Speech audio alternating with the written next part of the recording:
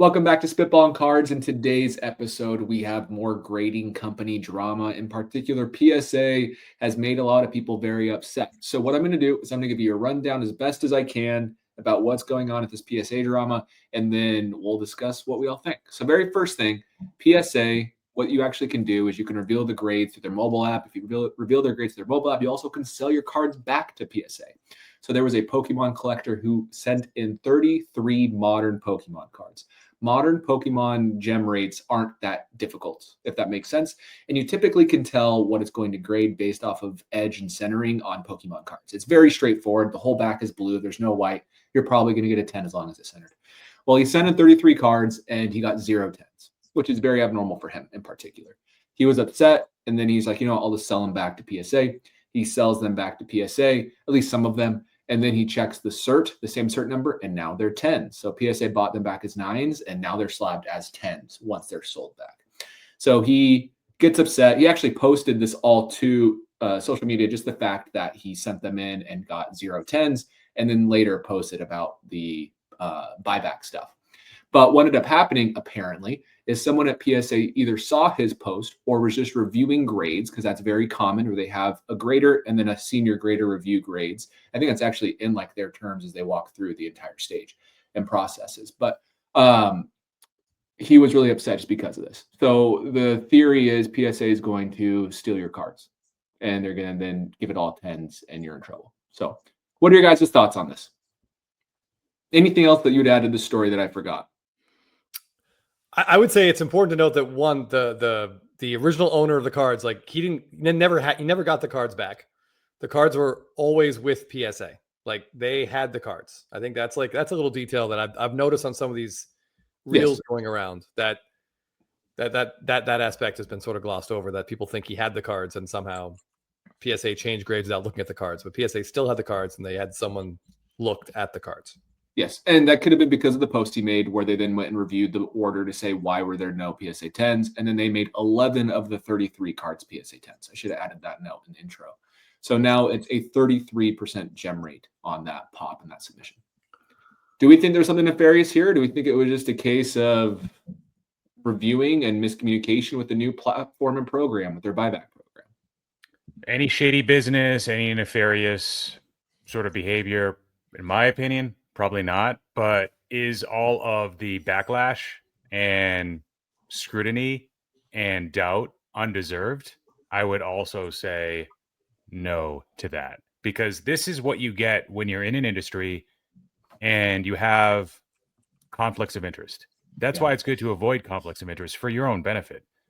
So when Fanatics has their own live breaking app, and a lot of those folks are pulling hits here and there first day of release, and people are like, look, loaded boxes, look, they control where all the hits go. They deserve that scrutiny. I'm not saying that they're likely to act on that and do something shady about it. I'm just saying that that's what you get when you own everything.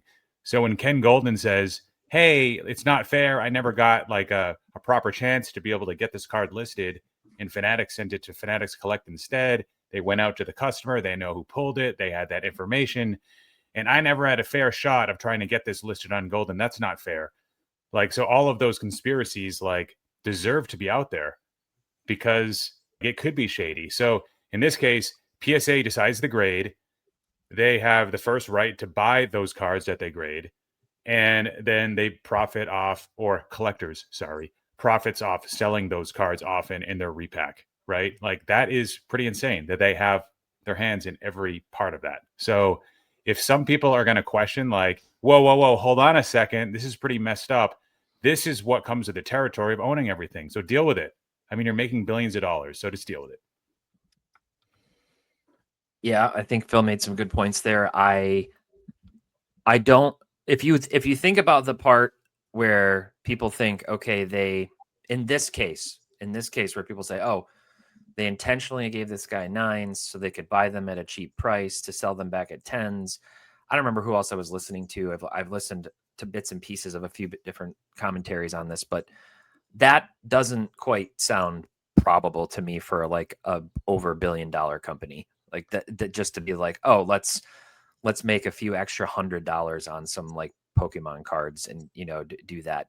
That seems unlikely. I think the more likely scenario that happened is there's different teams in what has become a very large company, and maybe not as large as some people think, but a pretty large company.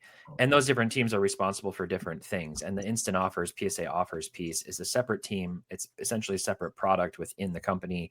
And they went to instant offer and they got purchased.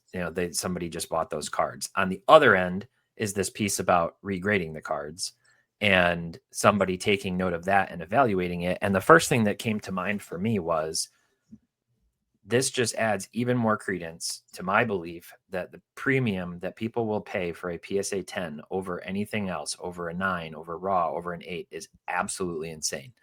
Because this is proof that you can have a card go through grading, which is 2 steps, 2 different people within the company. At least that's what we're told. And get 9s from both of those people, and then go to some senior grader and be like, nah, we're just kidding. This is a 10 because we're going to average it out to at least give 1/3 of these cards now a 10. And that's the difference. They just changed the number. Everything else on the label stayed the same except from a 9 to a 10 and that little qualifier description, text description. And now that card could go from, in Pokemon terms, $50 to $60 in a 9 to $300, $400, $500 in a 10. That's how crazy the premium is on 10s in Pokemon right now. So I think that's pretty wild. I have some screenshots that were shared on Instagram today that I want to show because Nat Turner had responded to this. He said orders or certain cards from certain orders are occasionally reviewed for quality purposes with adjustments made if it was determined an error was made in the grading process or otherwise. This order was still at PSA and hadn't been shipped yet, making it eligible to be reviewed. Now, I want to pause actually right there and just say, like, that seems like such a slippery slope. Like, you could make an argument that that's a good thing, but you could also make a pretty strong argument that that should never need to be a thing. Like, the process should be, my cards get the proper review. They don't need to go back for a review. We all know there's human error. There's all kinds of things. And this is a company that's trying desperately to scale to a magnitude that supports an ever increasing number of cards being submitted for grading every month while trying to avoid backlogs. I've been long suspicious that there's even enough qualified people to be grading these cards as quickly as these companies have tried to scale, and grading has boomed in popularity. So there's just some questions around that. And then he says, for example, occasionally PSA card unfortunately misses a counterfeit card and it gets through the process and we're alerted to it and we'll review it and deactivate the cert even though we already graded it, or a card had its grade swapped with another card in the same order and the labels need to be fixed. It can list some other things. The issue was the system grading in our, so those accepted offers will simply be reversed and refunded. Oh, okay. He's saying that's what they'll do. So I think that's probably true. This system piece here, and a company like this is going to make the argument like, look, we're human. It's our professional opinion. We make mistakes just like anybody else does in any other industry. But I think what Phil was highlighting is like, that still doesn't mean that the consumer doesn't have a right to be outraged at an individual level and at a collective level when we're paying these big charges and then we're paying up charges in some cases and they potentially get it wrong. Especially, it's interesting to me that he even brought the case of like counterfeit card into this because that just further opens Pandora's box.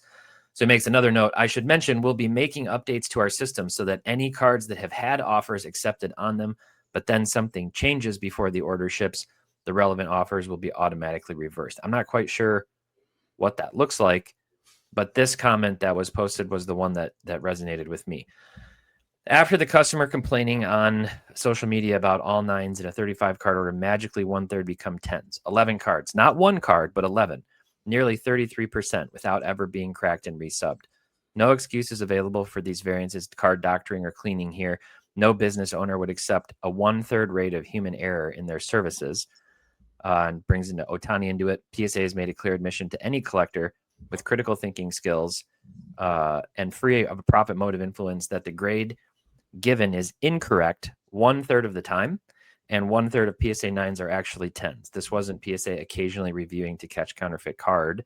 It was clear admission that the grades are whimsical at best, punitive at worst, and hardly worthy of the premium associated with them. So this person hit the nail on the head. And I recently did a video where I cracked 10 PSA 9s that I bought at Cards HQ, and I sent them back to PSA. And 6 came back 9s, 2 came back 8.5s, which was pretty wild. and 2 came back 10s. So that was a 40% variance on those cards. So the number holds true there. So, you know, put that in your pipe and smoke it, or whatever the saying might be that applies here. But I think there's some truth to this. I don't think grading is a bad thing. I'm not going to be one of those people. We're going to get a lot of comments that we always do. Anytime we talk about PSA is a scam, will be the #1 comment on this video. I don't know that I'd use the word scam. I think it's just really important to have realistic expectations about the service they are offering, they're providing to people, and then to take note of that with your dollars when you decide you want to pay 5 or 10x or 3x even for a PSA 10. Yeah, that's why personally, and I think you all here as well, prioritize card over grade. Eventually and occasionally you might have to put the grade over the card or with the card as well when you're making a purchase. But some things that I thought were a little bit hypocritical of collectors. When I say collectors, I don't mean the company. I mean like us folks out here. We beg for faster turnaround times. We beg for people to review our grades. We beg for it. And then when we get it, this is what happens when you get it. You get issues with scaling. Correct. You get people who don't know what they're doing. You get people being trained. This guy could have been on his first day, and this is just some random grader who comes in and reviews them afterwards. Not saying that's the case. Realistically, what happened is they saw the post, said that's funny, and they went and looked, and then they made the change. Well, we didn't really get it. Well, I know. I agree with what you're saying, Scott, but with faster turnaround times and stuff, we haven't gotten it. Oh, but my point is with they just increased turnaround times and cost. The influx of cards being sent to PSA and maintaining turnaround times, they increased it, but it's really the same because they just take into consideration the time that it takes to submit. They haven't reduced. I'm saying that to cover myself. Someone's going to say that's actually taking longer, but it's the same. But my point is, like, when you ask for these things, you can't be mad when there's growing pains with these things. And realistically, if this is a one-off situation on a very small Pokemon order, it's not intentional. It's a stupid error they made that I can almost guarantee will never happen again because this system was caught in practice. Maybe it happened in the past to other people and they can go back and look, but I would bet in the future it will not happen again just because of the way that this all set up. I'm not saying that collectors is perfect. Now I'm talking about collectors, the company, and PSA. Like Phil said, this is the consequence of being the biggest player in the game. You need to have your stuff together because if not, you're under a microscope. And that's what's happening here. And this just throws fuel in the fire. But no matter what happens, they're going to have drama because they're so big and they're the only grading company that people really care about. And it's just what it is. But like, we can't beg for faster turnaround times and then be upset when we have less qualified people grading, because that is the substitute. Ty even said that. How many qualified graders really are there out in the world? Not that many. And so it's a consequence of that. There is a case. I don't know here. I'll let you go, Chris. But there is a case where do I think? Let me put it this way. Do I think Ryan Hogue or Nat Turner or anybody else at a senior level at PSA has somehow foolishly staked their company's reputation on the line to instruct people to do some shady, nefarious thing where they grade things a 9, buy them at 9s, and sell them at 10s? Not yes, even. That's what I'm trying to get at. There's like 0%. There's a very, very, very minuscule percentage chance of that.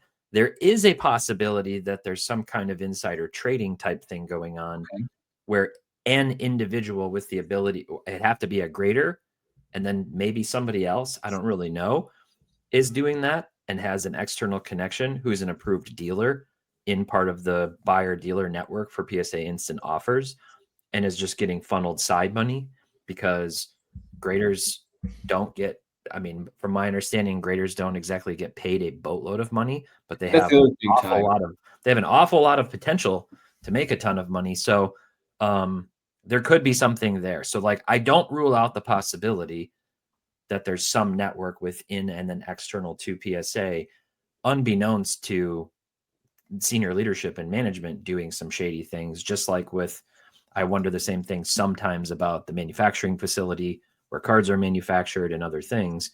But I think it's doing an injustice and a disservice to this issue as a whole for people to say like, see, I told you like PSA's crooked about the like buying the things and then the grades changing. I really don't believe those two things were linked at like a corporate level. That'd be crazy. Yeah, I agree. There's not, it's like the Emmanuel Class A version of PSA, like they're risking billions of dollars to make a few hundred. That doesn't make any sense. But the thing that that bothered me the most is basically what the comment that you read, Ty, like the idea that they just basically admitted that a third of their grades, were highly questionable. I feel like I don't know Pokemon that well, but what you guys have said and what other people I asked, like those 30 cards, like Scott said, those are extremely high gem rate cards. So a 30 card order of those with no PSA 10s, that should trigger some type of like review. I would think they would have some system in place there that like these numbers are so far off, like someone else should look at that. So maybe that's what caused the review and not the social media post, but that's probably being way too positive for PSA. But I did also want to say, if this were a huge widespread issue, we would know about it now. I think Neo made a similar argument in one of his videos, but if you've sold back a PSA 9, if you have accepted an offer from PSA for your 9, you have almost certainly in the last 48 hours looked up that cert to see if it changed. You have. And if multiple people were having the same experience as this Pokemon grader was having, we would know about it. And this would have been found out like very, very quickly. It's an easy thing to do. And with the anger and the vitriol and the ridiculous Instagram reels I'm seeing, people have to have checked. I know for a fact, I know 2 people have checked. That's a very small, very anecdotal, but I'm assuming everyone out there that sold a PSA 9 back has checked the cert number on it. If you haven't, go do it right now. Yeah. And I'm not arguing that their grading is always accurate. Please don't take that. I'm just saying the conspiracy theory around stealing money from people like that doesn't seem plausible to me. But have their grading standards changed? Probably. I haven't graded much lately because I just don't want to pay for it. But have their grading standards changed? Probably. It's ever changing. Chris and Jeff do their live reveals, and sometimes they're just, euphoric because they did so good. Other times they're about to off themselves because they did so bad. And some of those things like where they kind of know what they should be getting. And sometimes they beat the house and sometimes they lose to the house. And that's all because it's an individual basis. So that part does need to get cleaned up. We don't want that big of a variance between cards. That's where we can scream AI grading. I still question how accurate anyone's, including tags, is. So the more relevant issue that we should be discussing is the inconsistency from PSA. Is that okay? Does it warrant the massive premium? I think I know Ty's opinion there, but is it worth it at the end of the day to keep your collection standardized, all in one holder? Is it worth it for the greater chance that you'll get paid out for some sort of issue from an insurance perspective? Is it worth it? Is it worth it to pay for this inconsistency? Because here's the thing. I mean, you just pointed out something that I wasn't thinking of, but I thought about it in the past, Scott. When you're talking about Chris and Jeff and them getting their reveals back, you ever notice your reveals are either much worse than you expected or much better than you expected? Every time. So there's a bias. There's a correlation across an entire order that you're getting. Either it's biased up or biased down. What that shows me is that grader has too much impact. And this isn't just PSA, it's all the grading companies, but PSA, we're paying the most for it. We're paying the most for it on a secondary market value perspective. I've thought of that. I mean, like my most recent Pokemon order, like 7, 8, 9, 9, 9. Okay, whatever. Learning curve. I don't understand modern Pokemon. Some of these illustration rares there's probably things that I don't get. I don't understand how to grade them, but like, sure, there was a mistake made, maybe some nefarious stuff, probably not. But like, seriously, like they're exposing their inconsistency. And inconsistency is something that, unlike this logistical issue, happens probably much more often, right? So maybe that's the more relevant issue. I agree. And the thing is, I can justify it by saying I did do this just as like a counter argument to the drama behind it. But maybe it is a new grader, maybe it's a new grader and he's just learning. But still, if I'm sending my cards in to pay to get them graded, I don't want that grader then if he's going to suck. And so it's one of those things where they need to be better. Just plain and simple. They need to be better, more consistent. But like, this is not a PSA issue. This is every single grading company. That's garbage. No offense to like, when I say garbage, let me rephrase that. I want to rephrase that. Every single grading company is inconsistent. Just lean into it, Scott. Rage. I've sent to BGS and I'm like, damn, get a 9.5. I have videos of a Soto Topps Chrome update rookie refractor to 250. I thought I was going to get a BGS 7, got a BGS 9.5. Right? I have cards I have sent to SGC. I thought would get an SGC 8. got an SGC 10. It's just they're all inconsistent. And then that's the flip side. You think you're gonna do great and you do bad. It's You guys, I did that video sending the same Ken Griffey star rookie through to the different grading companies, all 4 of them. And I'm now running it back, making the rounds through 2 new ones and the other ones. The follow-up video is probably just going to break the internet. Like this experiment with that single card could not have gone better than it has so far. And by better, I mean quite literally completely inconsistent from one company to the next, from one company saying altered trimmed to then sending it to another one and saying too large to holder, to then sending it back to the one that said trimmed, and they graded it. And it's just every possible thing. So I have seen a ton of people in the comments on videos that have already covered this particular topic, as well as every other grading video ever about PSA, and in social media everywhere, saying, I'm done with PSA. It's time for us to make Beckett great again. CGC, whatever. This is grading. This is grading. This is not a unique thing. These companies have graders jump from one company to the other. This is just human grading. At the end of the day, it is literally getting your card and pulling it into a darkly lit room and looking at it, doing some of this, checking the centering for 30 to 40 seconds, and then it goes on. And they go to the next one, and they give you a number. And that little number magically makes the value of the card worth more than the card itself. In every case, where if it gets that magical 10 slapped onto it, or even a 9.5 for BGS, it is now magically, intrinsically a more valuable asset, because nothing substantially changed with the card. Nothing about the card became more rare, other than somebody's opinion that you will never meet and have never met and have no ability to talk to about why it did or didn't get the grade you expected. And that's it. And then you can add an NBA sticker. There's no better alternative right now. Grading stickers are important, Ty. Don't forget the what? Your grading stickers on your graded slab. Yeah, then you can get the sticker and the eye appeal rating and the other things. Should we start a grading company? You guys want to start a grading company? Spitballing. Too late. Spitballing cards, grading. We're just gonna have a 0 and 1 binary scale. 1 is it's great, and 0 is just crack it out and keep it raw, and just keep it simple for people. And the bad news is we're going to mess it up 50% of the time too. Oh, easily. Yeah. You know what this is going to come to? Guys, 10 years from now, everybody's going to be about to give up on PSA completely. And maybe the premium starts to narrow between them and whoever's the second, say it's CGC at the time. The CGC 10 versus the PSA 10. Maybe that premium is starting to narrow. CGC's market share is growing. They're making more of a serious effort into sports cards. They're getting more of the high value cards with sports. And then what happens is PSA was working behind the scenes this whole time. They're really good at keeping things hush-hush. They've got probably the best, like, hey, customer, we screwed up, but sign an NDA and we'll give you some money. But if you talk, then you get none of this and we sue you to the ground. So what happened to the guy that we were talking about at the beginning of this episode? What happened with the NDA there? That was a big mess up. In their eyes, that's probably the biggest mess up. But anyways, 10 years from now, we're about to give up on PSA. PSA is about to be the blockbuster. Something else newer that people think is maybe going to come, is on the horizon, and then PSA rolls out, oh, we have AI grading now. And by the way, and this is when AI is ready, right? And then PSA says, by the way, all existing customers, everybody who has our stuff, you've got to regrade it now, and you have to pay for it. The old grades weren't that good, but that was on you guys to establish pricing for that. We never told you to value our cards higher. We never told you there was like, these were the best possible, most consistent grades you could have. We never said anybody but humans was looking at these things, other than maybe some light AI for authentication using Geniment.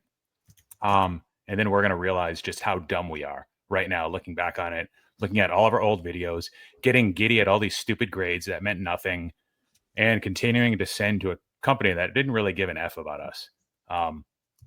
So I saw a video. I saw somebody speculate that their theory was that PSA is secretly already doing AI grading behind the scenes and just not disclosing it for bulk submissions. And that this is what happened with these cards. They all just went through an AI grading and all got 9s and didn't get that human touch of like, oh, we better like even out this submission for this person or it's going to give us heck. And so they went back and actually had a real human regrade it. I don't know about that, but look, we got Tag. So we saw Phil's favorite company, HGA, and then we saw Arena Club and Tag kind of emerge on the scene at the same time, using computer vision, machine vision, some analysis, a lot of different stuff, some really advanced stuff, actually. Like Tag's got some pretty advanced stuff. I think the dirty little secret is the hobby doesn't actually want that. They don't want that level of granularity. They certainly don't want 1,000-point scale. They don't want the detailed dig report. They don't want any of those things. It's like the 1% of us who actually like get really into the weeds on things and clamor for graders notes. But the volume is coming from GameStop drop-offs. You think those people dropping their cards off at GameStop give a crap about any of this? They don't even know. So there's no impetus and no incentive for them to have to change any of it. It's just like, hey, I don't know. My kid ripped a blaster box of Tops and or Pokemon or whatever, ETB. And he wanted to get these cards graded. So I dropped him. I don't really care. It's just his thing, you know? I think a lot of people don't like the granularity or don't care about it. They don't put a value on it. And even transparency, graders notes, maybe not. I mean, I like it, but maybe most people don't. Consistency, though. Doesn't everybody want consistency?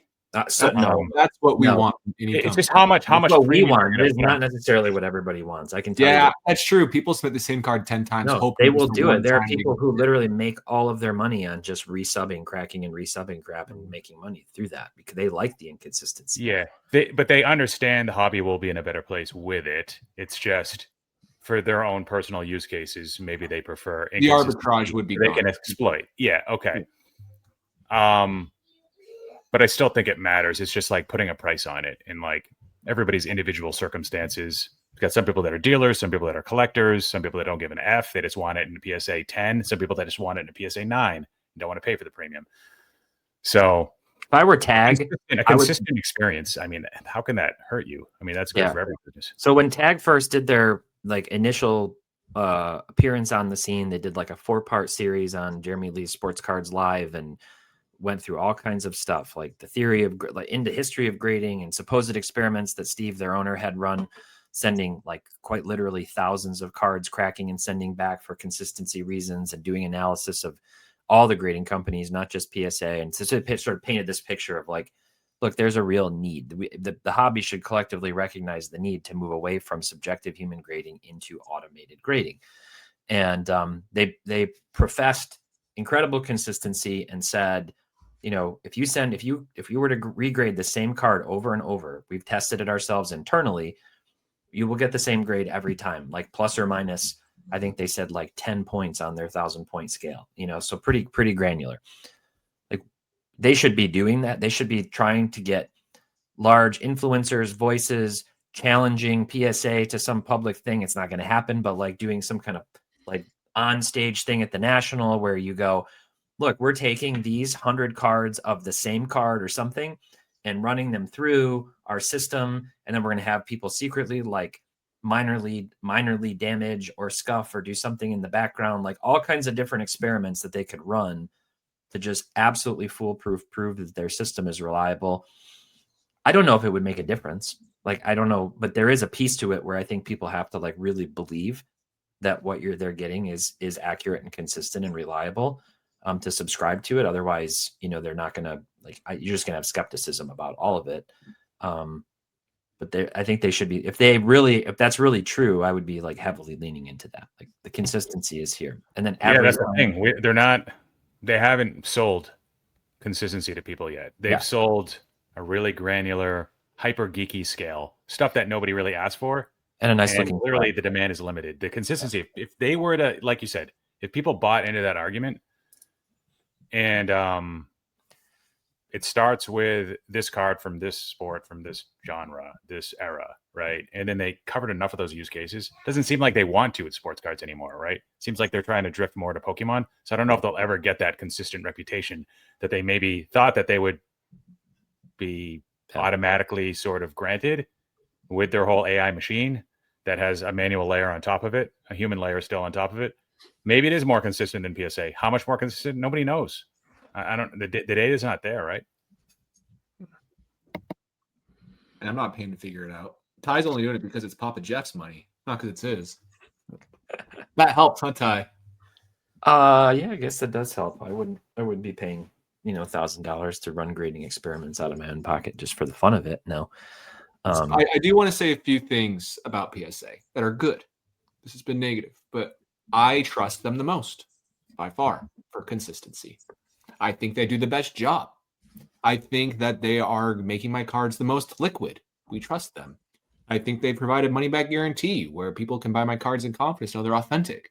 The same can't be said for some of these other grading companies. So while, yes, this is a black eye situation, I think we're overreacting, right? The issues that we're talking about are underlying issues that existed before this happened. We're talking about inconsistency being the biggest issue of this, changing of the gem rates, all that stuff. But I don't know. That's something that I'm sure PSA is working on every single day. I'm sure they have departments and tasks and team working on it. At least I hope so. But I don't think any of us think there's anything nefarious most likely happening behind the scenes. We agree? Yes. I want to say something at the end, but I have a question for you guys. Just to clarify, all the offers that you get on your cards from the PSA site, those aren't all from PSA, right? The registered dealers can send those offers as well. Correct. Okay. So there's no, even the offers that come in, it's not like it's absolutely always PSA buying your cards. You don't actually know who it is. You just see that you have an offer or maybe multiple offers or something like that. Okay. All right. Secondly, Phil asked a question that I thought I don't think any of us answered. So I'm going to take a crack at it. Phil said, do we think it's still worth it to use PSA despite all the stuff that continues to happen? And I'm going to say yes. And I wrote down a couple of reasons. Scott hit one because it makes my cards the most liquid, which is great. Two, and Phil also mentioned 10 years from now in these grading card wars. I would say that I'm comfortable saying 10 years from now, PSA will exist. And I would not make that claim about anyone else. Right? Any of those other companies could go bankrupt tomorrow or stop. I agree. PSA will definitely be here a decade from now. Those slabs will still be in circulation. Yep. And I will say that PSA is the only one of these companies that definitely adds value to my card. Like if I send a CGC and get a 10, I can show you examples of CGC 10s selling for raw prices like this week on eBay. But PSA 10s, no, definitely not. So I will continue to sub, and you guys can call me PSA Simps if you need to. I'll live with it. If we had a couple of friends joining the hobby that knew nothing about cards, and they asked us like, oh, I want to buy a card and hold it for at least 10 years, and it has to be a graded card, and you could give them like 5 pros and cons for the top 3 or 4 grading companies in sports cards, PSA would still be the most compelling use case. There's worse stuff about the other companies right now. And I think what the 10-year thing, like longevity of these companies, that's kind of big. And with SJC, it looked like they were going to be around for a while. And then right now, it doesn't really look like that. I sent actually an order to them recently. People aren't going to believe that, but I did. It arrived, I believe, on a Thursday, and it sat at the post office until the following Tuesday. Or maybe it arrived on Friday, and it was the day after Thanksgiving, so long holiday weekend. But why was it sitting at the post office till Tuesday? You're not doing daily pickups? Okay, Saturday, whatever. That's like kind of a weekend, I guess. It is the weekend, objectively. But you're wondering, like, how many people still work for SGC? Yeah. And then the other companies. Also, I will say, though, SGC, their issue is PSA, though, a little bit. So, yeah. Another PSA problem. Blame SGC leadership for selling out and ruining something good, but taking the money and probably doing the right thing for yourself. Yes. Right thing for the rest of the company and your customers, probably not. I'm gonna go out on a limb and saying that, but CGC's got some issues to work out too. I think about some of the scandals. I don't think that the Pokemon prototype pre-release scandal thing is resolved yet. Maybe with PSA it wouldn't be either. But hopefully they do the right thing, and or the insurance company's going to do the right thing and pay these people out. Can I say one thing I appreciate about PSA in this whole situation? Nat was very vocal. He left no doubt for what he believes happened, and I appreciate that. I remember there have been scandals with other companies, and the leadership, at least I'm thinking of BGS. I could be wrong, so don't get mad at me, BGS. But they just will put like 1 or 2 sentences. We're aware of this, looking into it. Okay, Nat comes out and says exactly what happened, and I appreciate that about PSA, and I appreciate that about him as a person. He's very approachable. He'll probably answer your comments on Twitter if you're not being a jerk. Like, BGS's PR is the same as Panini's. It's non-existent. You don't even know who's in charge. You don't know who to talk to. You don't know what's going on. SGC's under Peter was more like Upper Deck, just like authentic for good or bad. Like people kind of trusted and believed what he was saying. And Topps and Fanatics now, currently, the way they're running things is like PSA. Like if you're doing the SAT, this is to that type thing. That's how they do respond. They get vocal. Mayhan will be in your inbox for Fanatics if you have issues sometimes, and Nat will literally respond to DMs and posts and things. And whether or not it's actually them or other people on their behalf, I don't really care. It's good optics in that regard to have that personal of a touch, even at a senior level for the company. To me, it shows that they do seem to be taking things seriously, and you see action come out of it. Nat made the post and said, like, for the record, by the way, we're going to be doing this going forward. Like, we're going to fix the glitch. So, that's all you can do. Companies are always going to make mistakes. The thing I don't believe in is like what's all too common these days is just like this, like very hyperbolic, extreme reaction to literally everything on planet Earth that happens, where something is all good or all bad, extremes. And that's just not reality. Like sober realism is a phrase that or kind of a mindset that I like to take. And that's why I would say, I don't know that I'd go like as far as you did, Scott, or maybe you were kind of just speaking off the cuff to say like we're overreacting. I don't think we're overreacting. I think we should be reacting strongly when something like this happens, and put it back to the grading company that claims to be the incumbent, the behemoth, to just continue to be better. Yeah, and that's you fair. expect that of all the biggest Companies, and they should expect that, which I think Phil opened by saying, like, you better expect this. You're going to give us up charges. Like you're so big and so the best that you upcharge us for your service when it counts. You got to live and stand by that. And I think Nat has actually said that in interviews, so they know it. And at the end of the day, like PSA could have a mindset, and so could Topps and Fanatics and some of the other big companies, where they just don't give two craps and don't respond at all and don't ever say anything. And for a while, it really wouldn't impact them either. It just wouldn't hurt them at all. Like people will just keep going, keep doing it. So the fact that they do listen, to me, is a positive.